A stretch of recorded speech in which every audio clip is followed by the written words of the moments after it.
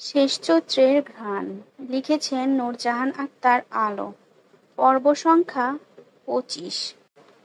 ইয়াসির শীতলকে কোলে নিয়ে গাড়িতে উঠে বসতেই সেখানে পরপর দুটো আর্মি গাড়ি এসে থামল। ধপধপ করে শব্দ তুলে একে একে নেমে দ্রুত ছুটল রেস্টুরেন্টের ভেতরে। আর্মি গাড়ি দেখে পোশাকধারী লোকগুলো ততক্ষণে ভাগ ভাগ হয়ে আড়ালে চলে গেছে। ওরা আর্মিদের ওপর খেয়াল রেখে ইয়াসিরকে বলল গাড়ি টান দিতে, কারণ জুবায়ের খেতে বসে ইয়াসিরকে সন্দেহ করেছিল এবং নিখুঁতভাবেই সে কাউকে ইনফর্ম করায় আর্মিরা এখন এখানে হাজির। বেচারা জুবায়ের সব চেষ্টা করলেন, শেষ রক্ষা করতে পারল না শীতলকে। ইয়াসির ওর গাড়ির ড্রাইভারকে গাড়ি টান দিতে বলে শীতলকে নিয়ে পেছনের সিটে আরাম করে বসলো। ইস, মেয়েটা এত সফট কেন! কোলে তুলে মনে হচ্ছে মাখন। উরুর ওপর থাকা অবচেতন শীতলের আপাদমস্তক পরখ করে ইয়াসির হাসলো। পুরাই পুতুল একটা, দেখে মনে হচ্ছে সে সদ্য যৌবনে পা রেখেছে, অর্থাৎ মেয়েটাকে বন্দিনী করে ইচ্ছামতো ব্যবহার করতে পারবে। যদিও ওর ভাইগুলো একটু ঝামেলা করতে পারে, ওসব সামলে নেওয়া যাবে। কথা ভাবতে ভাবতে ইয়াসির শীতলকে বুকের সাথে চেপে ধরে নাক ডুবালো গলায়। জোরে জোরে শ্বাস টেনে পরপর একইভাবে শ্বাস টানতে লাগলো। কি যেন মিষ্টি একটা সুগন্ধ মেয়েটার গায়ে। সে এবার শীতলের ঠোঁটটা আঙুল দিয়ে স্লাইড করে বলল, আরো কিছুদিন মায়ের কোলে থাকার সময় দিতাম তোমাকে সোনা।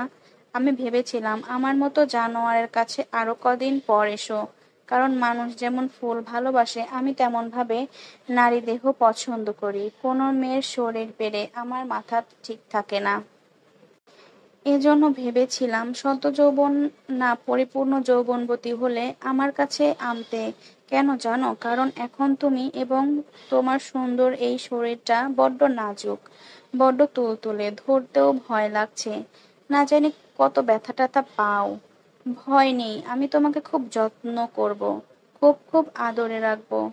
সেন্স ফিরে একদম জেদাজেদি করবে না, ওকে? ভদ্র মেয়ে হয়ে থাকবে। এভাবে তুলেছি বলে খবরদার কান্নাকাটি করার চিন্তাও করবে না। কেন করবে বলো তো? আমি কিন্তু ইচ্ছে করে এসব করেছি নাকি? মোটেও না, বরং তোমার ভাইরাই আমার এসব করতে বাধ্য করেছে। জানো, গতদিন আমার কোটি কোটি টাকার মাল পুলিশের হাতে ধরিয়ে দিয়েছে। সায়ন যা করেছে করেছে, কিন্তু শুদ্ধ যা শুরু করেছে, এরপর তোমাকে ছাড়ি কিভাবে বলো পাখি? শুধু শুদ্ধকে জব্দ করতে আমি আমার অগ্নিকন্যাকে চিনেও চিনলাম না, হাতের কাছে পেয়েও ছুঁলাম না। ভাবতে পারছো তোমার প্রতি কতটা আসক্তি আমি? এইটুকু বলে থামলো। তারপর শীতলের শুকনো ঠোঁটে চুমু এঁকে বলল, এই পাখি, চোখ খোলো। কবুল বলতে হবে তো, নাকি নাকি বিয়ে টিয়ে ছাড়াই আমার মহলের রানী হবে? এদিকে কিছুক্ষণের মধ্যে শীতলের কিডন্যাপের কথা শুদ্ধর কানে পৌঁছে গেল। ল্যাব থেকে ফিরে ফ্রেশ হয়ে এসে কেবল খেতে বসেছে সে। হয় প্রচন্ড ক্ষুধা লাগলেও খাওয়া হলো না তার, গলা দিয়ে কিছুই নামবে না। তাকে এভাবে উঠতে দেখে সীতারা বারবার জিজ্ঞাসা করলেও কিছু বলল না। বেসিনে দ্রুত হাত ধুয়ে উঠেই জরুরি কলটা এলো তার ফোনে। বাড়ির কাউকে আপাতত কিছু না বলে নিঃশব্দে এগিয়ে গেল দোতলার দিকে। ফোনের ওপাশে ব্যক্তি কিছু বলছে, আর শুধু সিঁড়ি দিয়ে উঠতে উঠতে চুপ হয়ে শুনছে। কিছুক্ষণ পর কল কাটতে শাহাদাত চৌধুরী কল ঢুকলো তার ফোনে। এ মুহূর্তে কল ধরার ইচ্ছে না থাকলেও কলটা রিসিভ করতে শাহাদাত চৌধুরী ব্যতিব্যস্ত হয়ে বললেন, শুদ্ধ? আবার শীতলকে? শুদ্ধ কথা বলছে না ভেবে হাত মুঠোয় ধরে থমথমে মুখে তাকিয়ে আছে মেঝের দিকে। শুদ্ধকে কথা বলতে না দেখে শাহাদাত চৌধুরী পুনরায় বললেন, কি করব এখন? গাড়ি নং কিংবা ফোন নং কিছুই তো জানি না। আমি চট্টগ্রাম থেকে বের হওয়ার সব পথ বন্ধ করে দিয়েছি। আমার মাথা কাজ করছে না বাবা, কি করব বুঝতেছি না। এখান থেকে কেক অর্ডার করে দিচ্ছি, মেয়ে কিডন্যাপ হওয়ার খুশিতে সেলিব্রেট করেন। এছাড়া আপাতত কিছু করার আছে বলে মনে হচ্ছে না। এই পরিস্থিতিতে এমন ধরনের কথা শুনে হতভম্ব হয়ে গেলেন শাহাদাত চৌধুরী। কপালের ঘামটুকু মুছে তিনি নিজেকে ধাতস্থ করে বললেন, এখন কি রাগ দেখানোর সময় বাবা? সময় না? ওহ, তাহলে আপনিই বরং ঠিক করে দেন কখন রাগ দেখাবো।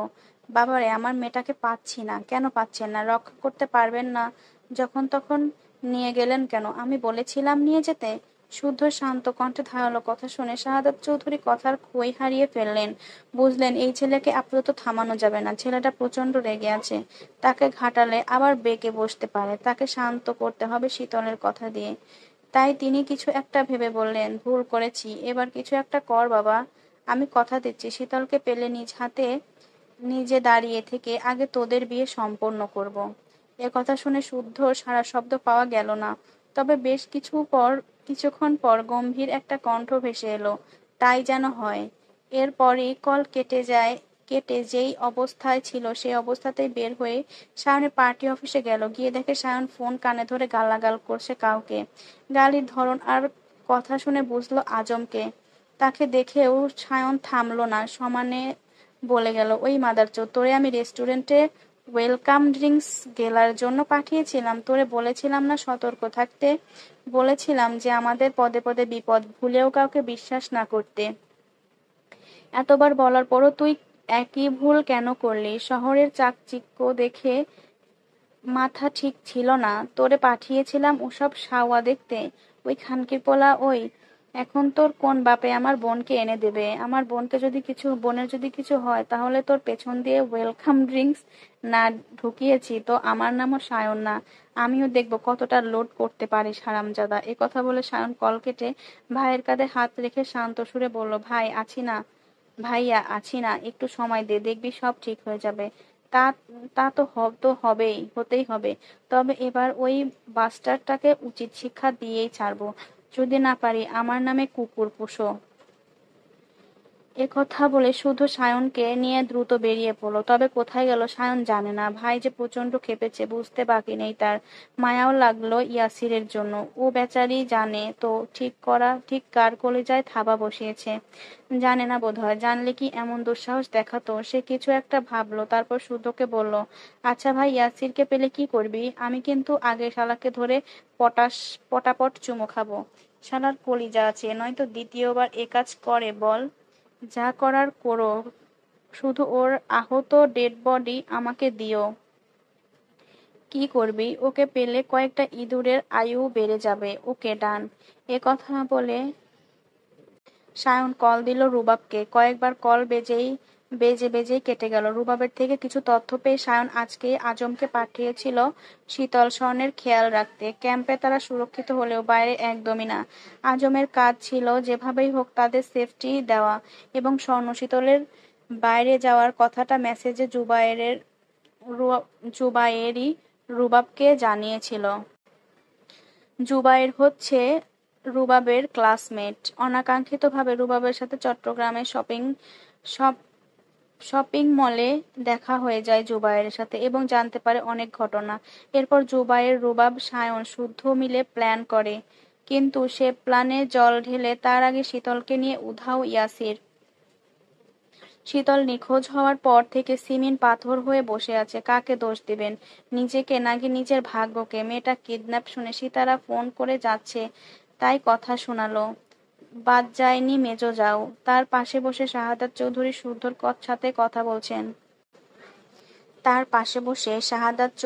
শুদ্ধর সাথে কথা বলেছেন। উনি শুদ্ধর সব কথা শুনেছেন। সূক্ষ্ম একটা তাচ্ছিল্য ছিল শুদ্ধ কথার মাঝে। সত্যি তো রক্ষা করতে পারবেন না তো নিয়ে গেল কেন? কিন্তু ছেলেটাকে উনি বোঝাবে কিভাবে? এখানে আসার কারণে মোটেও একটা নয়, বরং এমন কিছু কারণ আছে যেগুলো উনি বুকের ভেতরে চাপা রেখেছেন। সেসব বুক চাপা ঘটনা ওনার বুকটাকে ক্ষতবিক্ষত করে প্রতিনিয়ত। মনে মনে এ কথা ভাবতে ভাবতে ওনার চোখ দিয়ে জল গড়িয়ে পড়ল। মাথার মধ্যে ঘুরপাক খেতে লাগলো কয়েক মাস আগের ঘটনা। দিনটা ছিল সারাফাত চৌধুরীর মায়ের প্রয়াত বার্ষিকী। ওই দেখ, সাদা পাঞ্জাবি পিন্দা আছে ওইডা সিতারা ছুড়ুপোলা, নাম সোয়াইব শুদ্ধ, নাম করা বিজ্ঞানী। পেপারে আবার ছবি টবিও বাইর হয়, মস্ত মস্ত জিনিস তৈর করে। পোলাটা দেখতে কেমন রাজা রাজা ভাব, তাই না? হেরা কিন্তু দুই ভাই, বড়টার নাম সায়ন, হে আবার রাজনীতির নেতা, পড়ালেহাতেও ভালো আছিল। আমাগো রিতার জুরির এই সায়ন। রিতা তো ক্যালাসে ফেল করত, পরে গফুর বেডার লগে পালায়ে গেল। এখন মিসে ভাত রাইন্ধা খায়। মেসে ভাত রাইন্দা খায়। এই সেরি বহুত সুন্দর আছিল, তয় নিজের পায়ে কুড়াল নিজেই মারছে। কপালপুরি শুদ্ধ সায়নের মতন পোলারে কপালপুরি শুদ্ধ সায়নের মতন পোলারে চোখে দেখতে পায়নি। না, সে গেল ল্যাংটা বাবার লগে। তার পাশে বসে শাহাদাত চৌধুরীও শুদ্ধর সাথে কথা বলছেন। উনি শুদ্ধর সব কথা শুনছেন। সূক্ষ্ম একটা তাচ্ছিল্য ছিল শুদ্ধর কথায়। সত্যি তো রক্ষা করতে পারবেন না তো নিয়ে গেলেন কেন? কিন্তু ছেলেটাকে উনি বোঝাবে কিভাবে? এখানে আসার কারণ মোটেও একটা নয়, বরং এমন কিছু কারণ আছে যেগুলো উনি বুকের ভেতর চাপা রেখেছেন। সেসব বুক চাপা ঘটনা ওনার বুকটাকে ক্ষতবিক্ষত করে প্রতিনিয়ত। মনে মনে এ কথা ভাবতে ভাবতে ওনার চোখের দিয়ে জল গড়িয়ে পড়ে। মাথার মধ্যে ঘুরপাক খেতে লাগলো কয়েক মাস আগের ঘটনা। দিনটা ছিল শারাফাত চৌধুরী মায়ের প্রয়াত বার্ষিকী। ওই দেখ, সাদা পাঞ্জাবি পিন্দা ওইডা সিতারা ছুডুপোলা, নাম সোয়াইব শুদ্ধ, নাম করা বিজ্ঞানী, পিপারে আবার ছবি টবিও বাইর হয়, মস্ত মস্ত জিনিস তৈয়ার করে। পোলাটা দেখতে কেমন রাজা রাজা ভাব, তাই না? হেরা কিন্তু দুই ভাই, বড়টার নাম সায়ন, হে আবার রাজনীতির নেতা, পড়ালেখাতেও ভালোও ছিল। আমগো রিতার জুড়ির এই সায়ন। রিতা তো ক্যালাসে ফেইল করতে করতো, পরে গফুরের বেডার লগে পলাইয়া গেল। এখন মেসে ভাত রাইন্দা খায়। হেই সেরি বহুত সুন্দর আছিল, তয় নিজের পায়ে কুড়াল নিজেই মারছে। কপালপুরি শুদ্ধ সায়নের মতন পোলারে চোখে দেখতে পায়নি। না, সে গেল ল্যাংটা বাবার লগে। ওর বরের দেখে মনে হয় ডাক্কা আইনা দুই খানা থাপ্পড় দিয়া ভিটামিনের ওষুধ কিন্না দেই। তয় জিডাই কইস, আমগো সীতারা দুইটা পোলা দেখতে যেমন সুন্দর তেমনি তাগো ব্যবহার। এরাম যদি একখান নাচ জামাই পাইতাম। বাড়ি ভর্তি অনেক মেহমান বিধায় সাবধানে কথাগুলো বললেন ষাটার্ধ বয়সী জয়নব বেগম। ওনার বয়সী আরো কয়েকজন সঙ্গে আছেন। উনি আশেপাশে তাকিয়ে হাতে থাকা টুথপিক দিয়ে মাড়ির দাঁতগুলো খুঁচিয়ে নিলেন। দাঁতের ফাঁকে সুপারি ঢুকে গেলে খুব তাই ব্যথা করে, তাই যখনই পান খান হাতে একটা টুথপিক রাখেন। উনি দাঁত খুঁচিয়ে শাহাদাত আঙুল ডগায় থাকা চুন জিহ্বায় নিয়ে পুনরায় বললেন, কদিন আগে আমার বড় নাতনির রুকাইয়ার লিগা সম্বন্ধ পাঠাইছিলাম, যে কোনো একজনের লগে বিয়ে দেওয়ানের লিগা। সাওয়াল দুইটা কেউ রাজি হয় নাই। কত টাকা যৌতুক নিব? যত চাই নিক দিমু। মুই এডিও কইছিলাম, সীতারাকেও কত কইয়া বুঝাইছিলাম। পরে শুনি পোলারা নাকি এখন বিয়া করব না, তাগো নাকি এখন বিয়ার বয়স হয় নাই। মানে কি কমু? আজকালকার পোলাগর কথা শুইনা হাসিও আহে, আবার দুঃখও লাগে। অথচ এদের বয়সে আজমেরির বাপ 4 সাওয়ালের বাপ হইয়া গেছে। জয়নব বেগমের কথা শুনে মহিলা মহলে হাসির রোল পড়ল। তবে এটা শোকের বাড়ি দেখে সকলে কোনো মতে হাসি সামলে নিলেন। ফিসফিস করে অন্যদেরও সাবধান করে দিলেন। তখন করিমুন্নেসার নামে আরেক মহিলা আঙুলে ইশারায় করে তাকিয়ে দেখিয়ে বললেন, ওই ডাকাডা শাহাদাতের ছুডু মাইয়া না? মাইয়াডা ছুডু দেখছিলাম, এখন দেই মেলা বড় হইয়া গেছে, তা বিয়া শাদি দেবে না? মাইয়া ডাগর হইলে আর ঘরে রাখতে নাই। এ কথা শুনে রাবেয়া বানু শাড়ির আঁচল থেকে তৈরি করা পান মুখে গুজে বসলেন। আর আর আমি কিন্তু অনেকক্ষণ থিকা দেখতাছি মিয়াডা সীতারা ছোট পোলাডার পেছন পেছন ঘুরতাছে। পোলাডা চোখ রাঙানি দিলেও সরতাছে না। কি বেশরম মিয়া! ওনার কথায় এবার বৃদ্ধার দৃষ্টি গিয়ে পড়ল অদূরে দাঁড়ানো শুদ্ধ আর শীতলের দিকে। তারা কিছু একটা নিয়ে ঝগড়া করছিল তখনও। তাকে দেখে জয়নব বেগম মুখ বাঁকিয়ে বললেন, যুগ যা খারাপ, খোঁজ নিয়ে দেখো তাগো মধ্যে ইটিস পিটিস চলতাছে। শাহাদাতের বউডার কি কোনো আক্কেল জ্ঞান নাই? এই বড় মিয়াডারে চাচাতো ভাইয়ের লগে এত মাখামাখি করতে দেয় কেন? আমরা মানুষ হই নাই?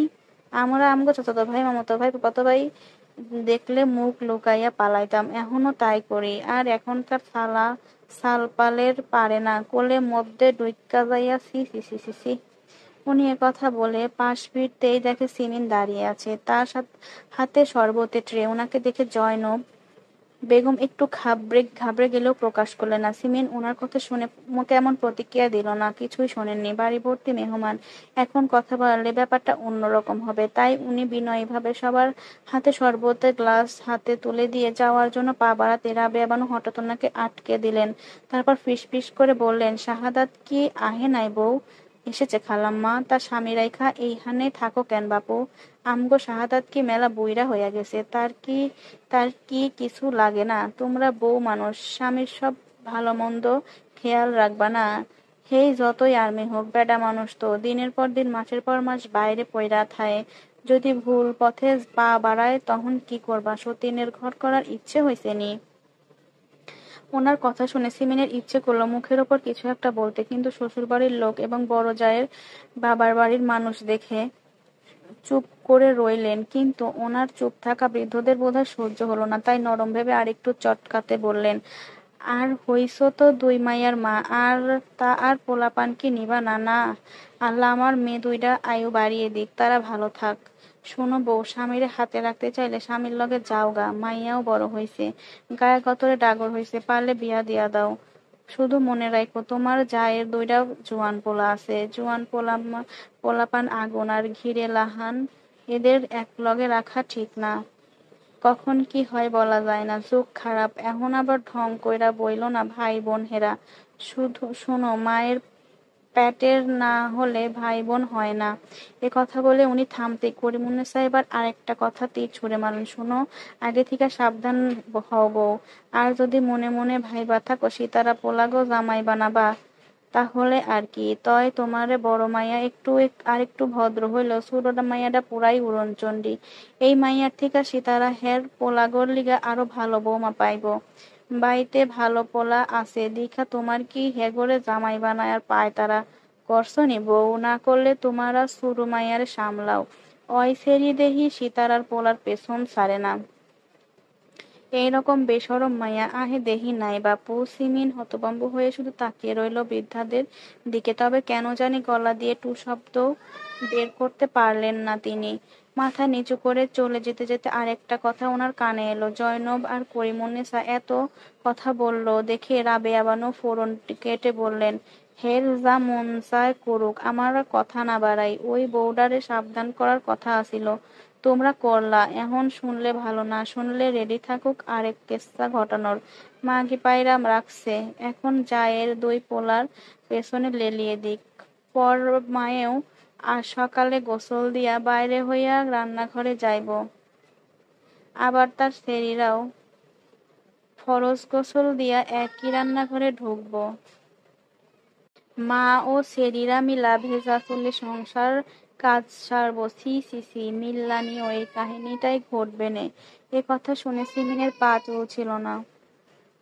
খুব ইচ্ছে করছিল হাউমাউ করে কাঁদতে। মেয়ের মায়েদের এত দোষ কেন? এত কথা শুনতে হয় কেন? পরপর দুই মেয়ে হওয়ার কারণে অনেক কথাই শুনতে হয়, এজন্য উনি কখনো মেয়ে দুটোকে প্রশ্রয় দেন না। স্বর্ণ বুঝদার, তাকে কিছু বলতে হয় না, কিন্তু শীতলটা কোনো কথা শোনে না। মেয়েটা বুঝতে চায় না, আগের মতো ছোট নেই, আগের মতো ভাইয়া ভাইয়া করে সায়ন সুন্দর কাছে যাওয়া মানায় না। সে এখন গায়ে গতরে বড় হয়েছে, সময় এসেছে কিছু সম্পর্কের দূরত্ব টানার। কয়েক মাস আগে চৌধুরী নিবাসে ওনার শাশুড়ির মৃত্যুবার্ষিকীর দিনে এই ঘটনাখানায় সিমিনের গভীরভাবে দাগ কেটেছিল। বৃদ্ধাদের এই কটু কথা শুনে ভেতরটা জখম হয়েছিল তীব্রভাবে। সেদিন থেকেই উনি নিজের কাছে শপথ করেছিলেন, যাই হোক বৃদ্ধাদের নোংরা কথাগুলো সত্যি হতে দেবেন না। হ্যাঁ, উনি যে শুদ্ধ আর সায়নকে ভীষণ ভালোবাসে এ কথাও অস্বীকার করতে পারবেন না, তবে জামাতা হিসেবে গ্রহণও করবেন না, তাহলে সমাজকে জিতিয়ে দেওয়া হবে, সব কটু কথার জয় হবে। এছাড়াও উনি জেনে গেছেন ওনার মেয়ে দুটো হবে ছেলে দুটোর প্রাণনাশের কারণ। তারা তাদের চারজনের ভালোবাসার বন্ধনই ভাঙবে, সারাফাত আর শাহাদাত চৌধুরীর পবিত্র বন্ধন। বেশ বড় বড় আবছা অন্ধকার রুমের বেডে শুয়ে আছে শীতল, পিটপিট করে তাকিয়ে বোঝার চেষ্টা করছেন নিজের অবস্থান, কিন্তু রুমটা অচেনা লাগছে তার কাছে। এটা কোথায়, কার বাড়ি, কার রুম, আর স্বর্ণ আপু কোথায়? সে এখানে শুয়ে আছে কেন? মাথায় আঘাত পেয়ে স্মৃতিশক্তি হারিয়ে ফেলেছিল নাকি? তা না হলে ঘুম থেকে উঠে কিছু চিনতে পারছে না কেন? আর্মি হাউসের রুম হলে চিনতো, চৌধুরী নিবাসের রুমগুলো তার চেনা, হসপিটালের রুম এমন হয় না। তবে এসবে ভেবে সে ভালো করে দেখলো পুরো রুমটা। আবছা আলোয় দেখা যাচ্ছে দেওয়াল, ঘড়ির কাঁটা, এখন বাজে 2:30, কিন্তু দুপুর নাকি রাত। রাত দিনের তফাৎ বুঝতে সে জানালায় তাকিয়ে দেখলো রাত। বাইরের সব ঘুটঘুটে অন্ধকার। এত অন্ধকার কেন? সে কি জঙ্গলের আশেপাশে নাকি? বাবা মা কই? তারা আসছে না কেন? আর শুদ্ধ ভাই যদি জানে না কার বিছানায় শুয়ে পড়ে পড়ে ঘুমাচ্ছিল, সে তাহলে মেরে কঙ্কাল করে রোদে শুকাতে দেবে। কিন্তু তার আগে তাকে জানতে হবে এটা কোথায়, কার বাড়ি। এসব ভাবতে ভাবতে হঠাৎ দরজা খোলার শব্দে তাড়াতাড়ি চোখজোড়া বন্ধ করে নিল। তারপর অবচেতনতার মতো কাঠ হয়ে পড়ে রইল। আগে বুঝতে হবে নিজের অবস্থান, বোকামি করা যাবে না। আগেরবার যখন কিডন্যাপ হয়েছিল তখন বোকামি করায় মার খেয়েছিল, এখন সেসব করা যাবে না। আচ্ছা, এবার ওকে কিডন্যাপ হলো নাকি? কার এত অসময় যে অযথা ঘুরে ফিরে তাকেই কিডন্যাপ করতে আসে? তার জীবনে কি কম কাজ তার জীবনে কি কাজ কাম নাই? সে কি চোখে ঠুলি পড়ে থাকে আর কাউকে চোখে দেখে না? জীবনটা আজকাল সিনেমার মতো হয়ে যাচ্ছে, হিরোইন হিরোইন ফিল পাচ্ছি। এসব ভাবতে ভাবতে কান খাড়া করে মাত্র রুমে প্রবেশ করা মানুষটা উপস্থিতি বোঝার চেষ্টা করলো, কিন্তু কারো পদধ্বনি বা উপস্থিতি টের না পেয়ে চোখ এদিক ওদিক তাকাতেই আচমকা একটা ভারী পুরুষালী কণ্ঠস্বর কানে বিঁধল। বাবুই, ঘুম ভেঙেছে তোমার? অন্ধকার বেলকনি থেকে আদুরে কণ্ঠে ভেসে আসা কণ্ঠস্বর শুনে চমকে উঠল শীতল। কে ওখানে? কে কথা বলল? কণ্ঠস্বর চেনা চেনা লাগছে কেন? অচেনা একটা ভয় থরথর করে কাঁপার কথা বললেও শীতল ভয়ে দূর করে চিন্তিতও হলো না, বরং ধীর সুস্থে উঠে বসলো। কণ্ঠস্বরের মালিক উঠে এসে রুমের লাইট অন করতে ঝকঝকে আলোয় ভরে গেল পুরো রুম। এতক্ষণ অন্ধকারে থাকায় হঠাৎ চোখে আলো পড়ায় সে চোখ কুঁচকে পিটপিট করে তাকালো। দেখলো রেস্টুরেন্টে পরিচয় হওয়া নীল চোখের মালিক দাঁড়িয়ে আছে তার সামনে। কিন্তু এই লোক এখানে কেন? সে ভ্রু কুঁচকে জিজ্ঞাসা করলো, আমি এখানে কেন? আপনি কি আমাকে কিডন্যাপ করেছেন? শীতলের কথা শুনে ইয়াসির যেন আকাশ থেকে পড়লো। সে অবাক চোখে চেয়ে বিস্ময় ভরা কণ্ঠে বলল, তওবা তওবা, কি বলো এসব? তোমার মতো বাচ্চা একটা মেয়েকে কিডন্যাপ করব? আর আর আমাকে দেখে কিডন্যাপার মনে হয়? করেননি তো আমি এখানে কেন? আমার আপু কোথায়? আয় হায়, তোমার কিছুই দেখে মনে নেই? ইয়াসির কথা শুনে শীতল এবার আগ্রহ নিয়ে জানতে চাইলো, কি মনে নেই? কিসের কথা বলছেন?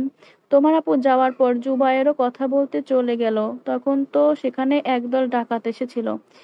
কি একটা স্প্রে করায় হুটহাট করে সবাই অজ্ঞান হয়ে গেল। অবচেতন মানুষের ফোন কেড়ে নিল। আমার ফোনও তো নিয়ে গেছে শালারা।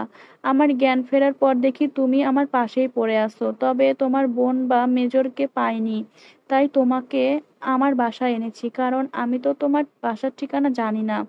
এ কথা বলে ইয়াসির বেচারা মুখ করে তাকিয়ে রইল শীতলের মুখের দিকে। এদিকে শীতল ভাবছে, একটা মানুষ, আর যাই হোক, গটগট করে মিথ্যা বলবে না নিশ্চয়ই, কারণ মিথ্যা বললে তো মানুষ গলা কাঁপে বা তোতলায়। কিন্তু এই লোক তো নিষ্পাপ চাহনি নিয়ে কথাগুলো বলছে। তাকে ভাবতে দেখে ইয়াসির মনে মনে হাসলো, নিজেকেই নিজে বাহবা দিল। এভাবে আপাতত অবুঝ পাখিটাকে বুঝ দিয়ে রাখতে হবে, যেন কান্নাকাটি না করে, তার সঙ্গে সময় কাটায়। শীতল কিছু বলছে না দেখে ইয়াসির মাথা চুলকে কিছু একটা মনে করার ভান করে বলল, ওহো, তোমার নামটাই তো ভুলে গেছি। বাবুই বোধহয়, রাইট? না, শীতল। কিন্তু বাবুই নামটা তোমার সঙ্গে খুব যায় জানো। আচ্ছা শীতল, আমি যদি তোমাকে বাবুই ডাকি তুমি কি মাইন্ড করবা? করব কেন? কারণ এসব নামে ডাকলে শুদ্ধ ভাই চালাকার দিয়ে ধোনাবে। ধোনাবে মানে? বুঝলাম না ঠিক তোমার কথাটা। ধোনাবে মানে মারাকে বোঝাচ্ছি আর কি। ওহ, কিন্তু কাকে মারবে? আমাদের দুজনকেই। মার তো খাননি, জানেন না চেলাকাঠের মার কত মজা। শুধু তোমাকে মারে? কেন মারে? আপনার বাড়িতে খাবার টাবার নেই, গেস্ট এনেছেন অথচ খেতে দিচ্ছেন না, এটা তো ঠিক না। ওহো, তাই তো, সরি সরি বাবুই, গল্পে গল্পে ভুলেই গেছি। এখন বলো তো কি খাবে? আমার এখন নুডলস খেতে ইচ্ছে করছে। ওকে, চলো দুজন মিলে রান্না করি। এ কথা বলে ইয়াসির শীতলকে নিয়ে রান্নাঘরে গেল। ভুলেও রান্নাঘরে না আসা ছেলেটা রান্নাঘরে এসেছে ঠিকই, কিন্তু রান্নাও জানে না। সে এমন ভাব করেছে যেন রান্নায় বেশ পটু। শীতল ইয়াসিরের পাশে দাঁড়িয়ে আশেপাশে দেখছে। বাড়িটা নীরব, বাড়িতে আর কেউ নেই নাকি? সে এবার একটু সচেতন হলো, তবে ঘাবড়ে না গিয়ে বলল, শমশের ভাই, আপনার বাড়িটা কোথায়? না মানে বাবাকে ফোন করলে এসে নিয়ে যেত। ইয়াসির হাত থেমে গেল। তার নাম শমশের কবে হলো? বলে বলে কি এই মেয়ে, নাকি ওর নামটা ভুলে যাওয়ার ভান করেছে করেছে বলে শোধ নিচ্ছে? তাই হবে এ কথা ভেবে সে কোনো মতে হাসি আটকে বলল, আমার নাম ইয়াসির খান। মানুষ জবাই করে আমার নামের আকিকা করেছি আমি। কি? কি বললেন? কি জবাই করে? বড় বড় দুটো গরু জবাই করে। প্রথমে কি বললেন? এই কথাই তো বললাম। কেন, তুমি কি শুনেছ? শুনেছি মানুষ জবাই করে আকিকা করেছেন, কিন্তু মানুষ জবাই করে মানুষের আকিকা হয় নাকি? হয় না তো। বাদ দেন, আমি বোধহয় ভুল শুনেছি। একথা শুনে ইয়াসির ফিচেল হাসল। তারপর বিড়বিড় করে উত্তর দিল, মানুষের আকিকা মানুষ দিয়ে না হলেও জানোয়ারের আকিকা মানুষ দিয়ে হয় বাবুই পাখি। তবে বলতেই হয়, তোমাকে যতটা বোকা ভেবেছি তুমি ততটা বোকা নও। খাবারের নাম করে রুমের বাইরে এসে দেখলে বুঝি বাড়িতে আর কেউ আছে কিনা, কারো সাহায্য নিতে পারবে কিনা, পালানোর জন্য কোনো পথ খোলা আছে কিনা। বাবুই পাখি, যত চালাকি করো না কেন, বের হতে পারবে না সোনা। তুমি কল্পনা করতে পারবে না আমরা এখন কোথায় আছি। এদিকে শীতল নিজের মতো বকবক করেই যাচ্ছে। ইয়াসির ইউটিউব দেখে নুডলস রান্না ট্রাই করছে, কিন্তু তার কাজের আনাড়ি ভাব দেখে শীতল যা বোঝার বুঝে গেল। এতেও সে আগ বাড়িয়ে কিছু বললই না, বরং আবার জিজ্ঞেস করলো, বললেন না আপনার বাড়ির লোকেশন কোথায়? আর একটা ফোন দিন, আমার বাবাকে কল করি, না হলে বাবা চিন্তা করবে তো নাকি। আচ্ছা বাবু, এই নুডলসে কি ঝাল কম দেবো নাকি বেশি? বেশি? কতটা? যতটা দিলে কেঁদে ফেলবো। কেন, কাঁদতে ইচ্ছে করছে বুঝি? না, তবে আমি ঝাল বেশি খাই। ও আচ্ছা, বাড়িতে আর কেউ থাকে না? ভূতের বাড়ির মতো এত শুনশান কেন? পৃথিবীতে আমার কেউ নেই, সেখানে বাড়ি ভর্তি মানুষ কোথায় পাবো? বিয়ে টিয়ে করেননি? আপনার বউ নেই? হা হা হা হা হা। না, নেই। তবে হবে, শীঘ্রই হবে। আমাকে দাওয়াত দিবেন কিন্তু, আমি উপহার নিয়ে বিয়ে খেতে আসবো। হুম হুম, তা তো অবশ্যই, কিন্তু কি উপহার দেবে? একদিনের ইঁদুরের বাচ্চা। সায়েন্টিস্টদের কাছে ইঁদুরের অনেক ইম্পর্ট্যান্ট জিনিস। কেন, ইঁদুর দিলে খুশি হবেন না?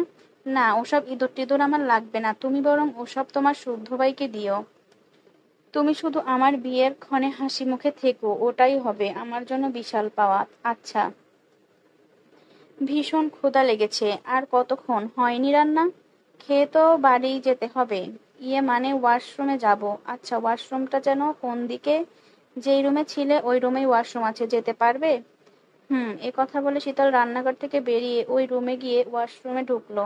ইয়াসির হাতে ওয়াচের দিকে তাকিয়ে দেখলো রুমে খোঁজাখুঁজি না করে শীতল সত্যিই ওয়াশরুমে ঢুকেছে। সেটা দেখে ইয়াসির নুডলস টেস্ট করে হ্যাঁ বোধক মাথা নাড়িয়ে বলল, নট ব্যাড। চলে। বাবুই পাখি, হয়ে গেছে তোমার নুডলস, খাবে এসো। এটুকু বলে সে দুষ্টু হেসে নিচু স্বরে বলল, প্রথমে তুমি আমার হাতে নুডলস খাবে, এরপর আমি তোমায় খাবো। ওকে? ইয়াহ, ওকে। এ কথা বলে একটা বাটিতে নুডলস ঢেলে শীষ বাজাতে বাজাতে রুমের দিকে পা বাড়ালো। এদিকে ওয়াশরুমের দরজায় পিঠ ঠেকিয়ে শীতল থরথর করে কাঁপছে, কারণ সে বুঝে ফেলেছে সে আবার বাজে কারো চক্করে পড়েছে। কারণ ইয়াসির যখন সূচ ফুটিয়েছিল সে সজ্ঞানে ছিল। সে অনুভব করে কাজটা সেই করেছিল। পরের ঘটনা মনে না থাকলেও এইটুকু তার স্পষ্ট মনে আছে। কিন্তু কথা হচ্ছে, সে এখান থেকে বের হবে কিভাবে? এটার লোকেশন তো জানে না, আর কিভাবে কি করবে? শুদ্ধ শুদ্ধ ভাই আসছে না কেন? তার কানে কি নিখোঁজের খবর গিয়ে পৌঁছায়নি? শুদ্ধর কথা মনে করতেই সে হাতের অনামিকা আঙুলে থাকা রিং এর ওপর চুমু খেলো। চট্টগ্রামে আসার রাতে শুদ্ধ খুব গোপনে তাকে রিংটা পরিয়ে দিয়েছিল। স্বর্ণ তার হাতের রিংটা দেখে বলেছিল, পৃথিবীর যেই প্রান্তেই যাস রিংটা ভুলেও খুলিস না। যদি খুলিস তোর বিপদে, তোর শুদ্ধ তোর কাছে কখনোই পৌঁছাতে পারবে না। যদি শুদ্ধ ভাইয়ের সঙ্গ চাস, তাহলে যত যাই কিছু ঘটে যাক, রিং যেন আঙুল থেকে না সরে। মনে থাকবে আমার কথা? জবাবে সে মাথা নাড়িয়েছিল। এমনিতেও সে খুলতো না, কারণ এটা তার বিশুদ্ধ পুরুষের দেওয়া বিশেষ উপহার। সে এবার ঠোঁট কাঁপিয়ে রিং এর ওপর চুমু খেয়ে কাঁদতে কাঁদতে লাগলো। তারপর মনে মনে বলল, আসুন না শুদ্ধ ভাই। একটু তাড়াতাড়ি আসুন, ভয় লাগছে তো। হঠাৎ রুম থেকে ইয়াসিরের কথা ভেসে আসায় সে জলদি হাত মুখ দেখে বের হলো। শুদ্ধ না পৌঁছানো অবধি তার অভিনয় চালিয়ে যেতে হবে। শীতল কিডন্যাপ হওয়ায় চৌধুরী বাড়িতে পড়েছে শোকের ছায়া। এবার সীতারা নিজের রাগ সামলাতে পারলেন না, কল দিয়ে যাচ্ছে তাই বললেন, অপমান করলেন সিমিনকে। কারণ সাম্যসৃজনের অ্যাক্সিডেন্টের পর শুদ্ধ সায়ন রুবাব বাড়ির সবাইকে বারবার বুঝিয়েছিল তাদের পেছনে গোপন শত্রু ছিল লেগেছে, সাবধান হতে। সে যেখানেই যাক চোখ কান খোলা রাখতে, তবুও সিমিন বারণ শোনেনি। রাগ দেখিয়ে মেয়ে দুটোকে নিয়ে চলে গেল। সে না গেলে আজকে এ দিনটি দেখতে হতো না। এখন যদি মন্দ কিছু ঘটে তাহলে নিজের মেয়ে বলে সিমিনি কি কষ্ট পাবেন নাকি বুকে কোলে করে মানুষ করায় মেয়েটার জন্য উনাদেরও সমান কষ্টে বুক ঝাঁঝরা হবে। জন্ম দিয়েছে বলে কি মেয়ে দুটোর জন্য ওনার মাঝেই মায়া আছে, আর কারণ নেই? এখন যদি কোনো অঘটন ঘটেও সিমিন পারবে নিজেকে ক্ষমা করতে, যে ছেলেদের সাথে মেয়েদের বিয়ে দেবে না বলে এত কাণ্ড করলো। শীতলকে খুঁজতে সবার আগে এরাই প্রাণপণে দৌড়ে বেরিয়েছে। আজকে বাড়িতে মাছের ডিম রান্না হয়েছে। শীতলের পছন্দ মাছের ডিম। রান্না করতে দেখলে একটা বাটি হাতে বসে পাশে দাঁড়িয়ে থাকতো, তোতা পাখির মতো করে বলতো, হলো বড় মা, দাও না একটু লবণ দেখি। বেশি ভালো করে রান্না করতে হবে না, সবাই খেয়ে নিলে আমার ভাগে কম পড়বে। সেসব মনে করে মাছের ডিম দেখে চোখের পানি ভরে ধরছিল না। আসলে এখানে একটু ভুল হয়েছে। পানি, যাই হোক, চোখের পানি ভরে গিয়েছিল। রান্নাঘরে দাঁড়িয়ে দাঁড়িয়ে উনি কাঁদছিলেন, সেটাই আচমকা চোখে পড়ল শুদ্ধর। বুঝতো মায়ের মনের কথা, তাই সে মায়ের কান্না থামাতে ছোট করে বলল, ক্ষুধা লেগেছে, খেতে দাও তো আম্মু। ছেলের ক্ষুধা লেগেছে তড়িঘড়ি করে খাবার বেড়ে দিলেন। ছেলে মলিন মুখে তার পাশে চেয়ারে একবার তাকিয়ে খেতে বসেই শুনল দুঃসংবাদটা। মুখের কাছে ভাত নিয়েও খবর শুনে ভাতের প্লেট সরিয়ে সেও উঠে চলে গেছে। অথচ সারাদিন পর বাড়ি এসে মাত্রই খেতে বসেছিল ছেলেটা। খবর শুনে ছেলে পেটের ক্ষুধাকে গুরুত্ব দিল না, মনের ক্ষুধা মেটানোর মানুষটার জন্য উতলা হয়ে উঠল। আর মা হয়ে ওনার কানে ভাসতে থাকলো, ক্ষুধা লেগেছে, খেতে দাও তো আম্মু। মায়ের অবুঝ মনে তখন থেকে পিনের মতো শীতলের জন্য যেমন কাঁদছে, তেমনি ছেলের জন্য কলিজায় ফুটছে, আহারে আমার ছেলেটার পেটে ক্ষুধা, আমার ছেলেটা খায়নি। মোদ্দা কথা, শুদ্ধ সায়ন খারাপ, তারা সীতারার ছেলে, ওদের সাথে কি মেয়েদের বিয়ে দেওয়া যায়? যায় না তো, যায় না। যখন তখন মেয়েকে খুঁজতে তাদের লাগছে কেন? সেদিন তো ছেলে দুটোর মলিন মুখ দেখে মায়া করেননি, তাহলে আজ কেন তাদের লাগছে? শুধু তাই নয়, সিমিন আরো জরুরি কথা গোপন করেছেন, যেটা কেউ স্বাভাবিকভাবে মনে নিতে পারছেন না। সিমিন বাড়িতে থাকাকালীন ড্রয়িং রুমে ঝুল ঝাড়তে গিয়ে ক্যামেরা পেয়েছিলেন এবং সেটার কথা গোপন করেছেন। কিন্তু ক্যামেরা এলো কিভাবে, কে লাগালো ক্যামেরা, এসব না হয় পরের কথা, উনি গোপন করলো কেন? কি ভেবেই বা গোপন করলেন? এর উত্তরও দিতে পারলেন না সিমিন। তখন সিরাতের মনে পড়ল, বেশ কিছুদিন আগে ওয়াইফাই এর সমস্যা দেখা দিয়েছিল। তখন বাড়িতে কিছু লোক এসে ঠিক করে দিয়েছিল ওয়াইফাই। তারা কি লাগিয়েছিল নাকি ক্যামেরা? ভিডিও কলে থাকা সিমিন এবারও নিশ্চুপ। সিমিনের নামে এত অভিযোগ হচ্ছে শুনে মুখে হাত দিয়ে ফুপিয়ে কেঁদে উঠল শখ। ড্রয়িং রুমে উপস্থিত থাকা সকলে তার দিকে তাকালো। শখ ঠোঁট ভেঙে অসহায় সুরে কেঁদে উঠল। কাঁদতে কাঁদতে বলল, ছোট মা, আর চুপ করে থেকো না, এবার অন্তত মুখ খোলো। তোমাকে এত কথা শুনতে দেখতে পারছি না আমি। অনেক হলো, এবার সত্যিটা বলো সবাইকে। এ কথা বলে সে সবার দিকে তাকিয়ে বলল, বাবা মা ড্রয়িং রুমে ক্যামেরা লাগিয়েছে। আহনাব, শুধু ড্রয়িং রুমেই না, আমাদের তিন বোনের ওয়াশরুমে ক্যামেরা লাগানো, এবং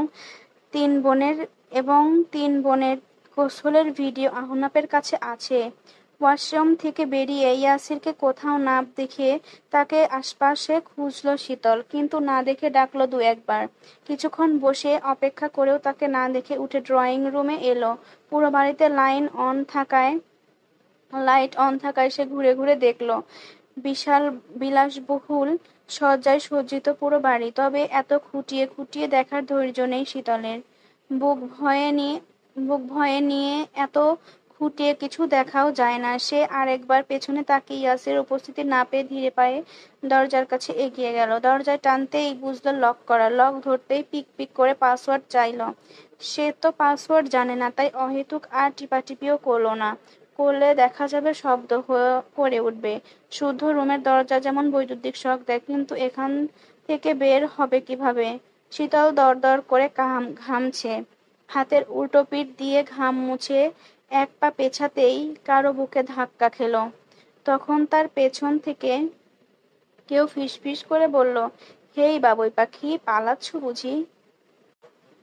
ব্যস্ত রাস্তার বুক চিরে শা শা শব্দে কুচকুচে কালো রঙের একটা গাড়ি চলছে দ্রুত গতিতে। একের পর এক চলন্ত গাড়িকে ওভারটেক করছে গাড়িটি, যেন ভীষণ তাড়া। সবাইকে টপকে এগিয়ে যাবে যাক, তবে এভাবে কেন? অ্যাক্সিডেন্টের ভয় ডর নেই গাড়ি নাকি গাড়ির মালিকের? তাছাড়া সিগন্যাল ভঙ্গ করার দায়ে ট্রাফিক কেস ঠুকে দিলে রাস্তাপথে এবারও তো মাথায় রাখতে হয় নাকি? বলা বাহুল্য, নিজের জানের কথা স্মরণ করবে না? করলে অবশ্য এভাবে মৃত্যুর হাতে নিয়ে গাড়ি টানতো না। মোদ্দা কথা, এসব কথা ভাবার একদমই সময় নেই এ গাড়ির মালিকের, কারণ সে আছে আপন ভাবনায়, আপন চিন্তায়। তার লক্ষ্য, তাকে প্রাণপণে ছুটতে হবে, পৌঁছাতে হবে নিজের গন্তব্যে। এভাবে চলতে চলতেই গাড়িটা হাইওয়ে পেরিয়ে কিছু দূর গিয়ে থামলো জননী নামের পেট্রোল পাম্পের সামনে। গাড়ির জানালা বন্ধ, জানালাতে কালো কাচ বিধায় দেখা যাচ্ছে না ভেতরের কোনো কিছু। গাড়িতে পেট্রোল ভরতে সাহায্য করা ছেলেটা জানালার কাছে 2 টোকা দিলেও সাড়া শব্দ করলো না কেউ। অগত্যা বিড়বিড় করতে করতে চলে গেল ছেলেটি।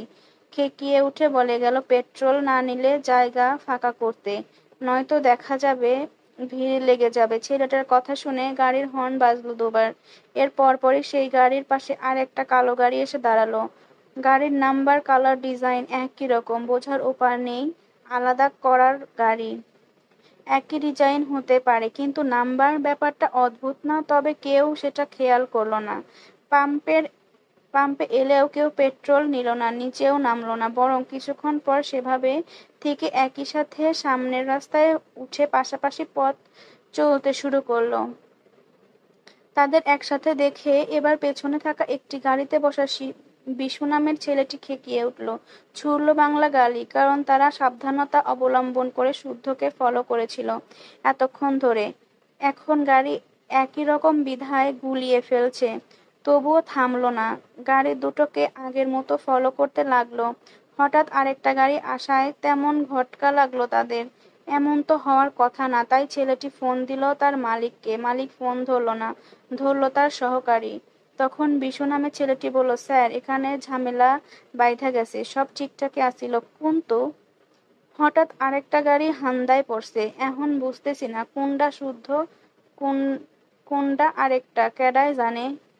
দুটোকেই ফলো করো। করতাছি স্যার। আমগো সামনে 2টা গাড়ি ফুল স্পিডে যাইতাছে, যেদিকে যাচ্ছে তোমরাও যাও। শুদ্ধর গাড়ি কখন কোথায় যাচ্ছে সব আপডেট জানাবে আমাকে। জি স্যার। সায়নকেও ফলো করতে বলেছিলাম, লোক লাগিয়েছো? হ স্যার, চাপ নিয়েন না, হেরা 2 ভাই আমাগো নজরবন্দি। চাপ এমনি এমনি নিচ্ছে না, যার কাজ করছো তার নাম মনে রেখো। সে কাউকে তার কাজে লাগানো আগে সেই ব্যক্তির কলিজা ছিঁড়ে আগে জিম্মি রাখে, যাতে বেইমানি করলেই কেটে টুকরো টুকরো করতে পারে। আর সে ব্যক্তি অন্য কেউ না, ইয়াসির খান। মনে আছে স্যার? গুড। আবারও বলছি, শুদ্ধ চট্টগ্রামের রাস্তা ধরলে সাথে সাথে ইনফর্ম করবে। ওকে দক্ষিণের চা বাগানের আশেপাশে আসতে দেওয়া যাবে না। জি স্যার। এ কথা বলে ছেলেটি কল কেটে তাকালো সামনের গাড়ি দুটোর দিকে। হ্যাঁ, সমান্তালে এখনো ছুটে চলছে গাড়ি দুটো। তারাও কোনো দিকে আর না তাকিয়ে ছুটল পিছু পিছু। হঠাৎ গাড়ি দুটো দুদিকের পথ ধরলো। এবার ছেলেগুলো ঘাবড়ে গেল, কারণ তারা কেউ জানে না শুদ্ধ কোন গাড়িতে আছে। জানলে গুলিয়ে ফেলেছে। একই রঙের গাড়ি ও নাম্বার হওয়ায় জানে না বিধায় কোন গাড়ির পেছনে ছুটবে বুঝে উঠতে পারল না। তারা উপায় না পেয়ে পুনরায় ইয়াসিরের নাম্বারে কল করলো, কিন্তু কেউ কল রিসিভ করলো না। কয়েকবার কল দিতে দিতে কলটা বেজে বেজে কেটে গেল। অতঃপর নিজেরা আলোচনা করে ডান দিকের পথ ধরা গাড়িটার পেছনে গেল। কিন্তু নজরে পড়ল না দেখে গাড়ি স্পিড বাড়িয়ে সামনে এগোতেই দেখে গাড়ি দুটো ঠিক পূর্বের মতোই পাশাপাশি দাঁড়িয়ে আছে। এবার তাদের মাথা এলোমেলো হওয়ার অবস্থা। মানে কি এসবের? দুই রাস্তায় গিয়েও আবার একসাথে হলো কিভাবে? চৌধুরী পুত্ররা মাইন্ড গেম খেলছে বুঝতে বাকি রইল না তাদের। চলন্ত গাড়িতে বসেই অকথ্য ভাষায় গালি দিতে দিতে ছুটতে লাগলো গাড়ি দুটোর পেছনে। একদিকে তিনটে গাড়ি যখন শাঁসা করে চলে গেল, শুধু তখন ধীরে ধীরে বেরিয়ে এলো রাস্তার পাশে ঘুটঘুটে অন্ধকারে ভরা জঙ্গলের থেকে। রাস্তায় উঠে তাকালো ডানে বামে, আশেপাশে কারো চিহ্ন নেই, নির্জন চারিপাশ। সে এক পা দুপা করে এগোতেই ঠিক তার সামনে এসে ব্রেক কষলো সাদা রঙের 4 চাকার একটি গাড়ি। সেকেন্ডের মধ্যে খুলে গেল গাড়ির অপর পাশের দরজা। শুদ্ধ আর কোনো দিকে না তাকিয়ে গাড়িতে উঠেই গাড়িতে বসে গাড়িটা বিপরীত পথে ধরে ছুটতে শুরু করলো। গাড়ির ড্রাইভিং সিটে বসা অর্ক একবার তাকালো শুদ্ধর মুখের দিকে। শুদ্ধ সিটে হেলান দিয়ে চোখ বন্ধ করে অনড় হয়ে বসে আছে। তাকে দেখে বোঝার উপায় নেই তার ভেতরে হালচাল। সে মাঝে মধ্যে ভেবে পায় না একটা ছেলে এতটা অনুভূতিহীন কিভাবে হতে পারে। সেও তো ছেলে, কিন্তু মাঝে মধ্যে সেও হাল ছেড়ে দেয়। সৌভাগ্য গুণে কটা বন্ধু পেয়েছে, কষ্ট পেলেই ভেতরকার হাহাকার উগলে দেয় তাদের সামনে। অথচ শুদ্ধ এমনই, তার পরিবর্তন নেই। স্বভাব আগে যেমন ছিল এখনো একই রকম। আচ্ছা, শুদ্ধ কখনোই কি তার স্বভাবের বাইরে বের হতে পারবে না? কখনোই কি ভালো লাগা মন্দ লাগা মুখ ফুটে কাউকে বলতে পারবে না? শীতল নিখোঁজ এখন কি শুদ্ধর উচিত না পাগলের মতো করা, অথবা একটু কাঁদা? চুপি চুপি তো কাঁদতে পারে, কিন্তু কাঁদছে না নাকি কাঁদতে পারছে না সে? এই না পারাটা কি তার জীবনের ব্যর্থতা নয়? বন্ধু মনের অবস্থা বুঝেও মনে হলো এখন কথা বলা উচিত। কথা বললে কিংবা মনোযোগ সরালে মানুষ বিপদের মাঝেও সমাধান দ্রুত খুঁজতে পারে। এজন্য সে বলল, জিপিএস অন দেখাচ্ছে না? বন্ধুর কথা শুনে শুদ্ধ একবার তাকিয়ে থমথমে মুখে ছোট্ট করে জবাব দিল, হুম। কোথায় দেখাচ্ছে? চট্টগ্রামের চা বাগানের আশেপাশে। শীতল কি জানে ওর রিংয়ে জিপিএস সিস্টেম করা? না, তুই দিয়েছিস রিংটা, এজন্য তোর ব্যাঙাচি আঙুল থেকে খুলবে না। মিলিয়ে নিস। রিং না খুললে খুঁজে পেতেও সময় লাগবে না। শুদ্ধ আর কোনো কথা জবাব দিল না। সিটে গা এলিয়ে দিয়ে তাকিয়ে রইল আকাশ পানে। আকাশের বুকে তারা আছে, চাঁদ আছে। আকাশে কত গর্ব, কত সুখী, তাই না? তার তো চাঁদও নেই, তারাও নেই। যে আছে সে আপাতত নিখোঁজ। আচ্ছা, শীতল কি তাকে ডাকছে, খুঁজছে? আগে ভয় পেলে তো কেঁদে কেটে একাকার করতো, এখন ওকে খুব ভয় পাচ্ছে। রাতে ভূত টুতের ভয় দেখালে আদুরে বিড়ালছানার মতো ভয়ার্ত চোখে এদিক ওদিক তাকিয়ে গা ঘেঁষে দাঁড়াতো। যদিও এখন সাহসটা বেড়েছে, এখন ভয় দেখালে সোজা তার বুকে এসে হামলা করে। বুকে মুখ লুকিয়ে উল্টে তাকেই বলে, ভূত টুত আবার কি? ভূত থাকলে আমারও একটা বিশুদ্ধ পুরুষ আছে। আর খাবো খাবো লুক দিয়ে তাকাবেন না, ভয় পাচ্ছি না মোটেও। আর আমার না লুকোচুরি প্রেম করলে গফকে কেউ মারে বকে, শুধু শুধু এত ধমকায়? জানেন তো শুদ্ধ ভাই, আপনি হচ্ছেন পৃথিবীর সবচেয়ে বেরসিক প্রেমিক। এ কথা অবশ্য মানে, কারণ সে অন্যান্য দায়িত্বের বোঝা নিখুঁতভাবে পালন করলেও কখনো বোধহয় প্রেমিক হতে পারবে না।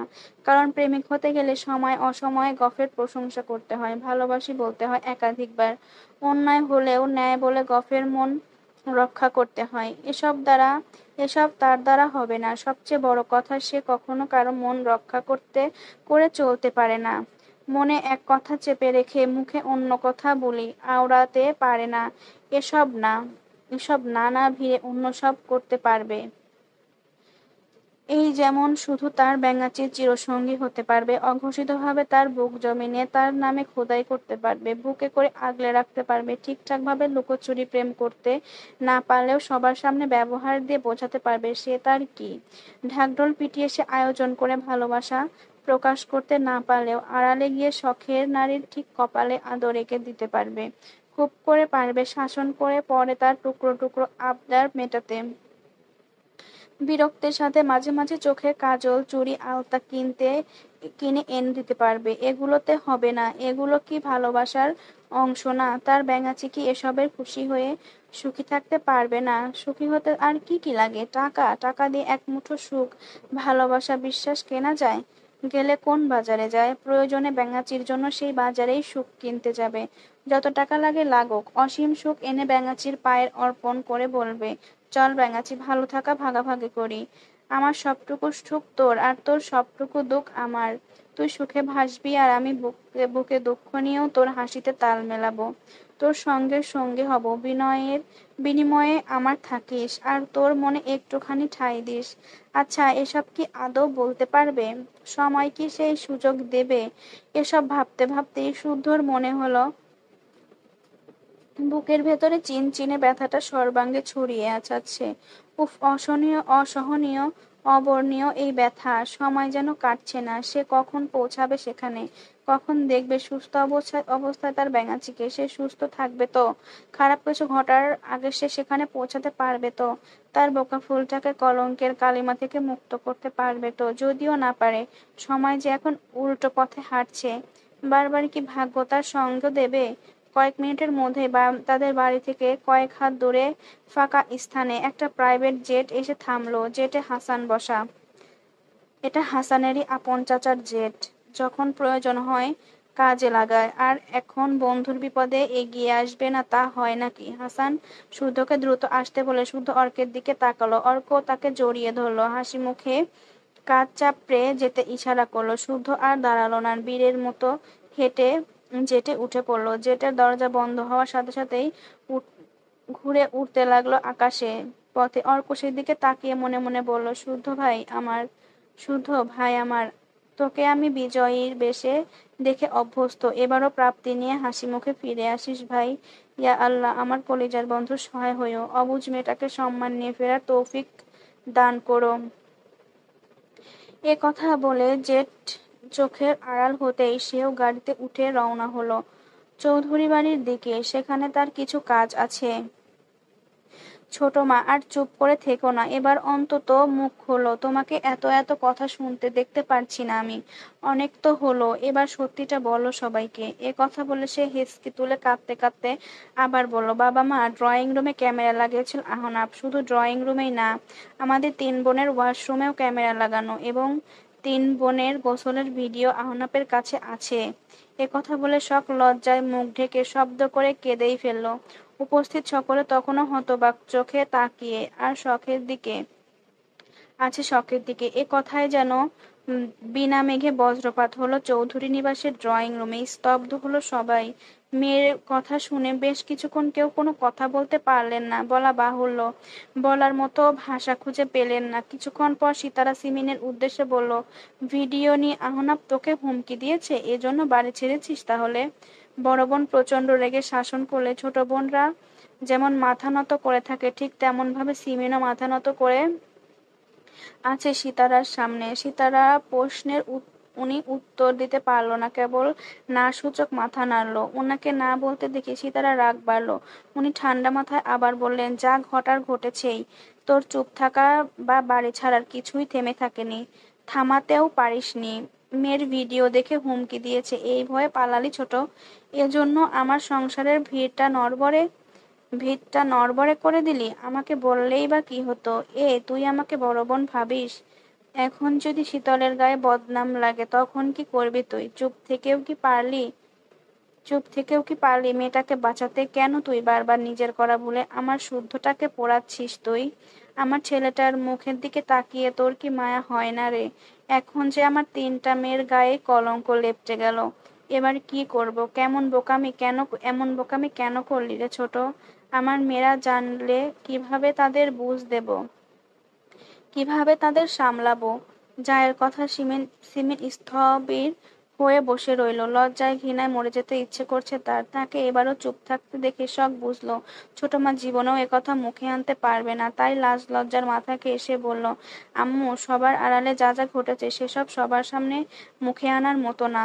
তোরা কি সোজা কথা বলতে পারিস না? কি হয়েছে, কি ঘটেছে, সেটাই তো জানতে চাচ্ছি। কথা কি গলা দিয়ে বের হচ্ছে না তোদের? আর কি কি জানার বাকি আছে আমাদের? কথা যখন উঠেছে সবটাই বলবি তোরা। মায়ের বকুনি শুনে সব কুঁকড়ে গেল। বুঝলো আজকে মুখ খুলতে হবে। তাই সে বাবার দিকে একবার তাকিয়ে ছোট মার দিকে তাকালো। তখন সিমিন হঠাৎ কল কেটে দিল। ওনাকে কল কাটতে দেখে সিতারা খুব ইচ্ছে করলো ছোট জায়ের গালে 2 থাপ্পড় লাগিয়ে দিতে। ছোট মাকে কল কাটতে দেখে শখের কাছে ব্যাপারটা যেন সহজ হলো। সে থুতনি গলার সাথে মিশিয়ে বলল, আসলে ভাইয়াদের জামাতা হিসেবে মেনে না নেওয়াটা ছোট ভাইয়ের কাছে অজুহাত ছিল মাত্র। আসলে ভাইয়াদের জামাতা হিসেবে মেনে না নেওয়াটা ছোট মায়ের কাছে অজুহাত ছিল মাত্র। ভাইয়াদের বুকে আগলে মানুষ করেছে ছোট মা, সন্তানের মতো ভালোবেসেছে। সেই সন্তানদের দিকে আঙুল তুলতে ওনার বুকটাও ফেটে যাচ্ছিল। কিন্তু পরিস্থিতি এমন যে পালিয়ে বাঁচার জন্য ভাইয়াদের কষ্ট দিতে হয়েছে। এইটুকু বলে থামলো শখ, তারপর ঢোক গিলে পুনরায় বলল, আহনাপের কাছে ভিডিও আছে। এ কথা শুনে এইটুকু বলে থামলো শখ, তারপর ঢোক গিলে পুনরায় বলল, আহনাপের কাছে ভিডিও আছে। এ কথা আহনাপের ছোট মাকে নিজে আহনাপ নিজে ছোট মাকে জানিয়েছে। কারণ আহনাপের প্ল্যান ছিল আমাকে টোপ হিসেবে বিয়ে করে চৌধুরী বাড়ির জামাই হওয়া, তারপর সমাজের চোখে ভালো হয়ে শীতলের দিকে বদনজর দেওয়া। এ কথা বলে শখ আবার থামলো। কথাগুলো বলতে বলতে হাঁপিয়ে গেছে সে। সিরাত শখকে ধরে সোফায় বসালো, মাথায় হাত বুলিয়ে দ্রুত আগে পানি এনে খাওয়ালো। শখের কথাগুলো এলোমেলো লাগছে, কেমন যেন অদ্ভুত শোনাচ্ছে সবার কাছে। আহনাফ ভিডিও করলো, সেসব সিমিনকে জানিয়ে ব্ল্যাকমেল করলো। সিমিন বাংলা সিনেমার মতো সেসব কাউকে না জানিয়ে বাড়ি ছেড়ে চলে গেল।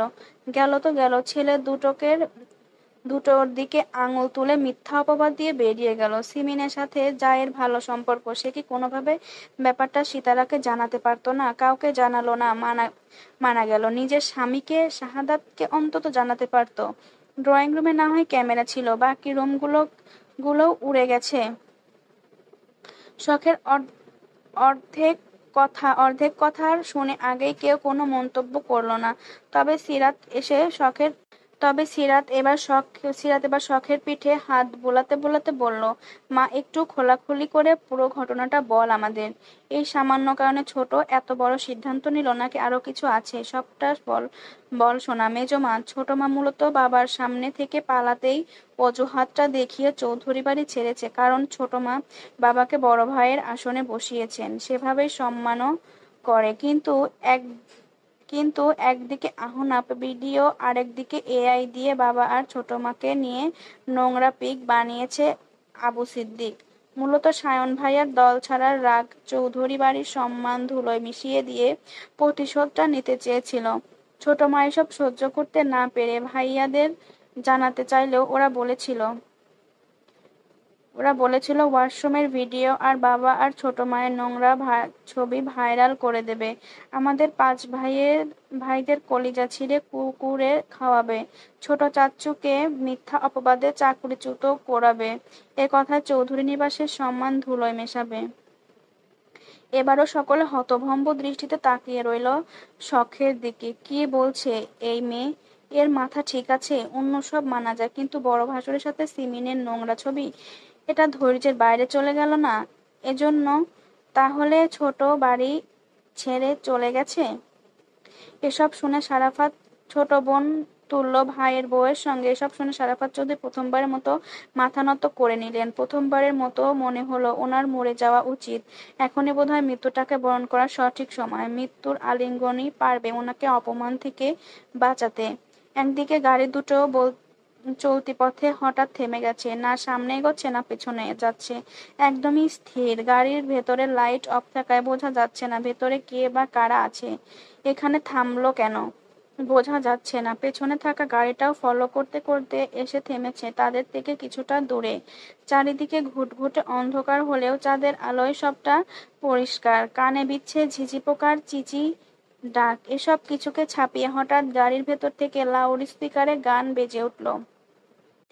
कब तू आएगा इतना बता दे, मुझको बुला ले या अपना पता दे, तेरे लिए बैठे हूँ पल के बिछा के, आना है तो आजा मुझे ले जा उड़ा के, चला चला चला चला, आना है तो आजा मुझे ले जा उड़ा के।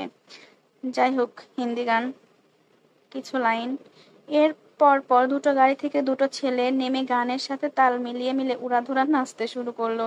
কোন দিকে তাকানোর নামগন্ধ নেই তাদের। এক মনে নাচতেই আছে। কেন নাচছে, কি কারণে নাচছে কে জানে। এদিকে তাদের নাচ দেখে পেছনের গাড়িতে থাকা ছেলেগুলো হতবাক। তাদের মধ্যে রুবেল নামে ছেলেটা গুটিয়ে আর একজনকে বলল, কিরে ভাই, হেরা নাচে কেন? ওগরে না বইন কিডন্যাপ হইছে? বইন টুইন রাখ শালা। ওরা ওরা কারা আগে এডি দেখ। ভাই এডি তো সায়ন।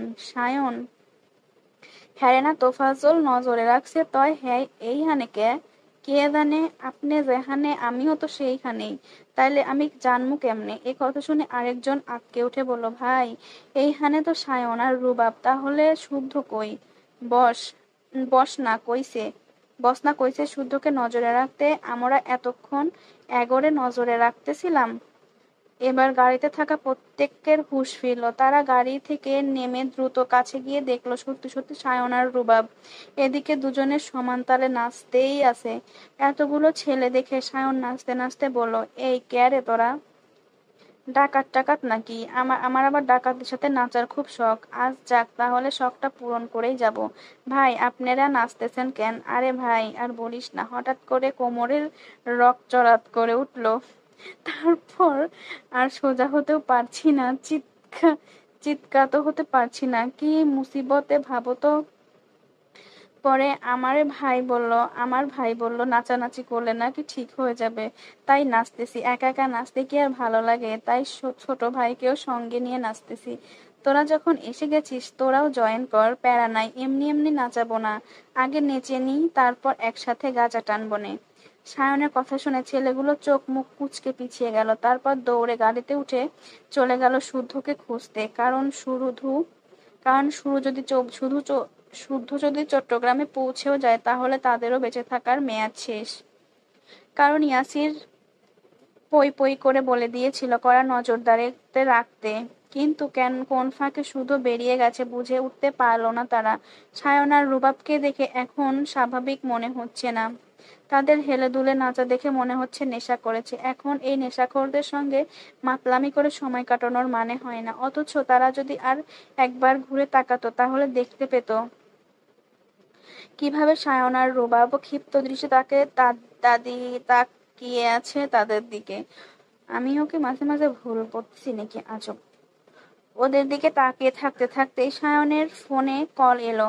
দ্রুত কলটা রিসিভ করতেই শুনতে পেল সিতারার কান্নার স্বর। শখের বলা কথা সায়নকে জানালেন সিতারা। সব শুনে সায়ন বলল, থাক, মরা মানুষের নামে ক্ষোভ পুষে রেখো না আম্মু, বাদ দাও এসব। ছেলের কথা শুনে সিতারা প্রচন্ড অবাক হলেন। বিস্ময় ভরা কণ্ঠে বলল, মরা মানুষ মানে?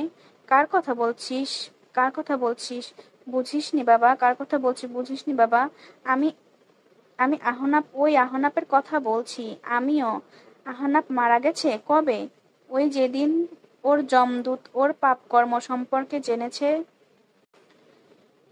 হেই বাবুই, পাখি পালাচ্ছ বুঝি? কণ্ঠে দরদ মিশিয়ে ভীষণ আদুরে সুরে কথাটা বলল ইয়াসির। তবে হঠাৎ এত কাছাকাছি ইয়াসিরকে দেখে শীতল শরীরটা থরথর করে কেঁপে উঠল। অজানা আতঙ্কে ঘামতে লাগলো। একদিকে গলাটাও শুকিয়ে কাঠ। আতঙ্ক ভয়ে বুকটা থুকথুক করছে ঠিকই, কিন্তু তার মস্তিষ্ক পুরো সজাগ। তাকে বারবার সংকেত পাঠাচ্ছে স্বাভাবিক থাকতে হবে। চৌধুরী বাড়ির কেউ না পৌঁছানো অবধি নিজেকে সেভ করতে হবে। নিজের সম্মান নিজে রক্ষা করতে হবে। তার বিশুদ্ধ পুরুষের জন্য হলেও সেফ থাকতে হবে। তার কিছু হলে বিশুদ্ধ পুরুষটা কষ্ট পাবে, আর বেঁচে থাকতে সে কখনো তার কষ্টের কারণ হবে না। মেয়েটা সে বয়সে ছোট হতে পারে, দুনিয়া সম্পর্কে জ্ঞান কম থাকতে পারে, বোকা হতে পারে, কিন্তু মনে এ কদিনে শুদ্ধর প্রতি ভালোবাসা জমিয়েছে, সেটা একদম খাঁটি। এ ভালোবাসায় না আছে খাত আর না আছে বিন্দু পরিমাণ স্বার্থ। আর সেই পুরুষটাকে কষ্ট দেবে, দিয়ে নিজের ভালো থাকতে পারবে? ভালো থাকাটুকু পরে হিসাব। সে কি বাঁচতে পারবে? পারবে না, পারবে না। কখনো না কখনো যদি সে নিজের শুদ্ধর কষ্টের কারণ হয়ে যায়, নিজে অস্বস্তি মুছে ফেলবে পৃথিবী থেকে। যে আজকাল তাকে ছাড়া কিছু ভাবতেও পারে না। মাত্রই কদিন হলো সম্পর্কে জড়িয়েছে, অথচ এখন মনে হয় তাকে ছাড়া বাঁচাই অসম্ভব। তবে পরিস্থিতি সে সব সময় একরকম থাকে না। ক্ষেত্রবিশেষ পরিস্থিতির সঙ্গে তাল মিলিয়ে চলতে হয়। সহজ সরল বোকাশোকা থাকাও ভালো, কেননা বেশি বুঝতে গেলে ঝামেলা। কিন্তু এতটা বোকা হওয়া যাবে না যে অন্যের চাইলে সহজে ক্ষতি করতে পারবে।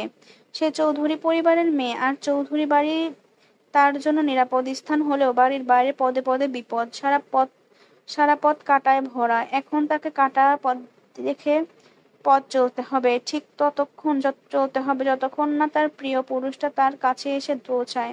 সে জানে শুদ্ধ আসবেই, পৃথিবীর যে প্রান্তে ইয়াসির তাকে লুকিয়ে রাখুক, যেভাবেই হোক সেখানে পৌঁছাবেই। শুধু শুদ্ধ নয়, তার বাকি ভাইরাও তাকে পাগলের মতো খুঁজে বের করবেই, এটাই তার বিশ্বাস। তবে না পৌঁছানো অবধি নিজের সম্মান নিজের রক্ষা করার দায়িত্ব নিতে হবে। কিন্তু একজন কিডন্যাপারের কাছে থেকে সে নিজেকে কতক্ষণ সেভ করতে পারবে বা করা যায়? অচেনা অদেখা মানুষটার সঙ্গে ভদ্রতার খাতিরে দুটো কথা বলা যায়, সাহায্য করা যায়, কিন্তু বিশ্বাস, এক বাড়িতে এক রাতে বিশ্বাসের ব্যাপারটা বোকামি হয়ে যায় না?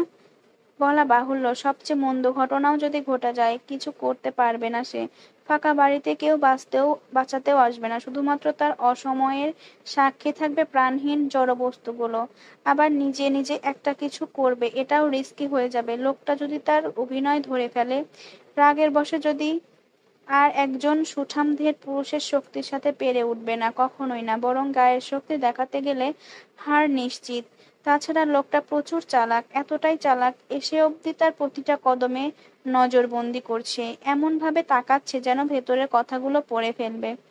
এভাবে নজরবন্দি করলে কিভাবে পালাবে সে? সে যে এখানে আছে, শুদ্ধর কাছে অন্তত একটা ক্লু পাঠাতে হবে। আগেরবার জানানোর জানানোয় প্রাণে বেঁচে ছিল, কিন্তু এবার এবার কেউই তার বর্তমান অবস্থার কথা জানে না। এমনকি সে এখনো কোথায় আছে নিজেও বলতে পারবে না। রেস্টুরেন্টে স্বর্ণ ওয়াশরুমে গিয়েছিল, এরপর বোনের কি হলো? তাকে না পেয়ে নিশ্চয়ই পাগলের মতো খুঁজে চলেছে। তার থেকে খবর পেয়ে বাবা ভাইরা হন্য হয়ে খুঁজছে। বিশুদ্ধ পুরুষটার কানে ওর নিখোঁজের কথা পৌঁছেছে তো? সে কি খুব বেশি রেগে গেছে? বকছে খুব? বকলে বকুক, মারুক, যা ইচ্ছে করুক, তবুও নিতে আসুক। তার এখন খুব ভয় লাগছে। অজানা ভয় অন্তরাত্মা শুকিয়ে মরুভূমি হয়ে গেছে। এইটুকু সময়ে এসব নানান কথা ভাবতে ভাবতে শীতল ঘেমে ওঠা হাতের তালু শক্ত করে মুঠো করে ধরলো। তারপর নিঃশব্দে নিঃশ্বাস ছাড়লো, নিজেকে সামলানোর আপ্রাণ চেষ্টা চালালো। এবার ঢোক গিলে মুখে হাসি এঁটে ধীরে ধীরে পেছনে ঘুরতেই দেখে ইয়াসির কাছাকাছি দাঁড়িয়ে আছে, ঈগল দৃষ্টিতে তাকিয়ে আছে তার চোখের দিকে। চোখ মুখে বেশ থমথমে ভাব।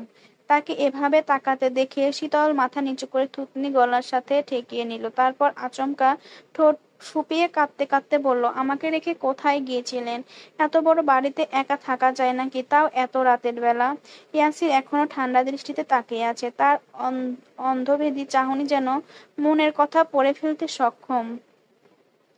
তাকে এভাবে তাকাতে দেখে শীতল ঢোক গিলে পুনরায় মিনমিন করে বলল, একা বাড়িতে থাকার অভ্যাস নেই আমার। অন্ধকারে প্যানিক অ্যাটাক হয়, নাক মুখ দিয়ে রক্ত বের হয়ে সেন্স হারিয়ে ফেলি। আমার বাড়িতে মানুষের কাছে আমাকে পৌঁছে না দেওয়া অবধি একা ফেলে যাবেন না প্লিজ। কথা বলে শীতল হেসকি তুলে কেঁদে ফেললো। আসলে কান্নাটা এতক্ষণ চাপিয়ে রাখলো, এবার আর সম্ভব হলো না। অভিনয় ভালো জানে সে, কিন্তু তার থেকেও বড় অভিনেতা তারই সামনে দাঁড়িয়ে নতুবা কিডন্যাপ করে এনে মন ভোলা গল্প শোনায়। তাকে অঝরে কাঁদতে দেখে ইয়াসির এগিয়ে আসতে এই শীতল দুপা পেছনে পিছিয়ে গেল। তাতে ইয়াসিরের রাগ হলো, ইচ্ছে করলো একটা থাপ্পড় বসিয়ে দিতে, কিন্তু এটা করলে এই মেয়েকে এখানে রাখা মুশকিল হয়ে যাবে। তাই থমথমে সুরে সে বলল, তোমার কেন মনে হলো আমি কোথাও গিয়েছিলাম? তার মানে আমাকে সারা বাড়ি খুঁজেছো? পাওনি না? কোথায় কোথায় খুঁজেছো? বেডরুমে, ওয়াশরুমে, রান্নাঘর, ড্রয়িং রুম। কিন্তু আমার কেন জানি মনে হচ্ছে তুমি আমাকে নয় খুঁজেছো তোমার পালানোর পথ। পালানোর পথ? কি আশ্চর্য, পালাবো কেন? এত রাতে পালিয়ে কোথায় যাব? তাছাড়া আপনি কি আমাকে কিডন্যাপ করেছেন যে মাঝরাতে পালাবো? মিথ্যা কি রেগুলার বলো নাকি মাঝে মাঝে? সুযোগ বুঝে? Very good. আমিও। ইয়াসির কথা বলতেই শীতল ইয়াসিরের হাতে সজোরে চিমটি কাটলো। এত জোরে চিমটি দিয়েছে জায়গাটায় সাথে সাথে লাল হয়ে গেছে। তাকে হঠাৎ চিমটি দিতে দেখে ভ্রু কুঁচকে শীতল আমতা আমতা করে বলল, আপনার সঙ্গে আমার কত মিল, তাই চিমটা দিলাম। লেগেছে খুব? আচ্ছা সরি। পাকনামি সাইডে রেখে এবার খাবে চলো। আপনার ফোনটা দিন, বাবাকে কল করে আসতে বলি। বাবা আসতে আসতে আমার খাওয়া দাওয়া হয়ে যাবে। আমার কাছে কোনো ফোন নেই, বললাম না ডাকাতরা নিয়ে গেছে। ওহ তাই তো। তো আশেপাশে দোকানপাট নেই, কল করা যাবে না? না, এখন মধ্যরাত, আশেপাশের দোকানপাট বন্ধ। কাল সকালে আমি নিজে তোমাকে বাসায় দিয়ে আসবো। এখন এসো, খাবে, খেয়ে ঘুমাবে। কোথায় ঘুমাবো? আমার বেডরুমে। কিন্তু শুদ্ধ ভাই ছাড়া অন্য কারো বেডরুমে আমার ঘুম আসে না যে। তুমি শুদ্ধ রুমে ঘুমাতে? একসাথে এক বেডে? না, একসাথে না তো। আসলে শুদ্ধ ভাইয়ের রুমটা খুব সুন্দর। যখন শুদ্ধ ভাই বাড়ি থাকে না তখন আমি ওই রুমে ঘুমাই, কি যে শান্তি লাগে। ও, আই সি। তাহলে অন্য কারো বেডরুমে যখন তোমার ঘুম আসেই না, তাহলে এক কাজ করো, আমার কোলে বসে বুকে মাথা রেখে ঘুমিও, ওকে? কেন, আমি কি আপনার বেবি নাকি যে আমাকে কোলে করে বুকে জাপটে ধরে ঘুম পাড়াবেন? তাছাড়া আমার এত হ্যান্ডসাম বাবা চাই না, মানুষ মন্দ কথা বলবে। এ কথা শুনে ইয়াসিনের চল শক্ত করে তাকিয়ে রইল। ননসেন্স, মেয়েটা বলে কি? আর বেবিকেই পুরুষ মানুষ বুকে জড়িয়ে ধরে ঘুম পাড়ায়, বউকে পাড়ায় না? নিজের মুখে স্বীকার করেছে সে হ্যান্ডসাম, আবার বলে কি না সে নাকি হ্যান্ডসাম বাবা চায় না। উদাহরণ দেওয়ার জন্য পৃথিবীতে আর কোনো ডাক ছিল না। শেষে কিনা বাবা, মোদ্দা কথা তার নিজের কাছে নিজের ধৈর্য শক্তি দেখে অবাক হচ্ছে। কবে এত ধৈর্য হলো তার? কবেই বা মেয়ে মানুষের প্যানপ্যানানি শুনেও নিজেকে শান্ত রাখা শিখলো। আজ শীতলের জায়গায় অন্য কেউ থাকলে হাল বেহাল করতো এতক্ষণে, কিন্তু কেন জানি এই মেয়েটার খুব কাছে ঘেঁষতে পারছে না। জবরদস্তিও করতে মন সায় দিচ্ছে না। পুতুলের মতো আদুরে মুখটার দিকে তাকালে অন্যরকম কিছু অনুভব করছে। হাত নাড়িয়ে তার অনবরত কথা বলা, খিলখিল করে হাসা, দুষ্টুমি করে বুকের ভেতরটা শীতলতায় শীতল হয়ে যাচ্ছে। এতদিন কত নারী কত দেহের স্বাদ নিয়েছে, ধারণাটা ওর বাইরে। তাদের প্রতি কখনো মায়া হয়নি, কাউকে এতটা আদরে লাগেনি। বরং আগে সুন্দরী মেয়ে পেলে দৈহিক কামনায় দোহাই দিয়ে যন্ত্রণা কাতর করে তুলেছে। তার সংস্পর্শে যখন যেই এসেছে, শারীরিক যন্ত্রণায় সেই কুঁকড়ে উঠেছে, ভয় পেয়েছে, বাঁচার জন্য কত আকুতি মিনতি করেছে। এমনকি চৌধুরী বাড়ির মেজ কন্যা স্বর্ণ অর্থাৎ অগ্নিকন্যার ব্যাপারটাও এখন বড্ড ফিকে লাগছে। সামনাসামনি দেখেও নজর যাচ্ছিল শীতলের দিকে, অনুধাবন করেছে তার কাছে শীতলের ব্যাপারটা সম্পূর্ণ আলাদা। গতকালই বুঝেছে অগ্নিকন্যা তার কাছে কেবলমাত্রই মোহ, আর মোহের পেছনে দৌড়ে সময় নষ্ট করার মানে নেই। এতদিন মোহকেই মায়া ভেবে একই জপে গেছে, কিন্তু আর না। সে বুঝে গেছে তার অবুঝ মনের কথা, অনুভূতির কথা, উপলব্ধির কথা। কিন্তু সে তো ভালোবাসার রুলস জানে না, কোন নিয়মে ভালোবাসতে হয় তাও জানে না। শুধু জানে এই পিচ্চি মেয়েটার সঙ্গ তার ভালোই লাগছে, তার বোকা বোকা কথায় খুব হাসতে ইচ্ছে করছে। পালাতে গিয়ে ধরা খেয়ে যখন কেঁদে ফেললো, তখন কি যে মিষ্টি লাগছিল দেখতে। ইচ্ছে করছিল গালে দুটো টেনে দিয়ে জোর করে হলেও চুমু খেতে, কিন্তু সেসব করতে গেলে ভয় পেয়ে ঘাবড়ে যেতে পারে। তাই সে থমথমে মুখে তাকিয়ে দেখছিল। কিন্তু তাকে তাকাতে দেখে শীতল ভাবলো সে আবার রেগে গেছে, তাই বলল, নুডলস খাওয়ার মুড চলে গেছে, এখন খাবো না কিছু, আমাকে একটু ঠান্ডা পানি দেন। আমার মা বউ কেউ নেই। আমি জানি না কোনো মেয়ের সাথে কিভাবে মিষ্টি মিষ্টি করে কথা বলতে হয়, না খেতে চাইলে কিভাবে হাতে তুলে খাওয়াতে হয়, কিভাবে তাদের মন ভালো করতে হয়। মেয়েলি ব্যাপার খুব বুঝতে আগ্রহী ছিলাম না কখনো, সেসব আমার পেশার সঙ্গে যায়ও না। শুরু থেকেই তোমাকে যথেষ্ট ভদ্রতা দেখাচ্ছি, নিজেও ভদ্র হয়ে আছি। তবে জানো তো বাবুই, ভদ্রতাকে সাইডে রাখলে আমি খুব রুড পার্সন, এতটাই রুড যে তুমি নিতে পারবে না। তাই বলছি, কথা বাড়িও না, খাবে এসো। এ কথা বলে ইয়াসির শীতলকে টেনে ডাইনিং টেবিলে নিয়ে গেল। মজার ব্যাপার হচ্ছে, এত ডিশের মধ্যে নুডলস নেই। টেবিল ভর্তি সব ইটালিয়ান খাবার। শীতল ড্যাব ড্যাব করে তাকিয়ে প্লেট নিজের দিকে টেনে নিল। বুকের ভেতরটা থুকপুক থুকপুক করছে, আল্লাহ জানে খাবার কোনো কিছু মেশানো টেশানো আছে কিনা। এবার খাবে না বললে যদি রেগে যায় বা কোনো সন্দেহ করে, সে ভয়ে ভয়ে মুখে খাবার দিয়ে চিবানো আগে ইয়াসির বেশ নরম সুরে বলল, বাবুই, আমি মনের কথা চেপে রাখতে পারি না। এতক্ষণ মনের মধ্যে সঙ্গে যুদ্ধ করলাম ঠিকই, বাট পারলাম না। আসলে তোমাকে আমার ভীষণ ভালো লেগেছে, ভালো লাগার ধরন বিয়ে করে বউ করার মতো। প্লিজ আমার কাছে থেকে যাও।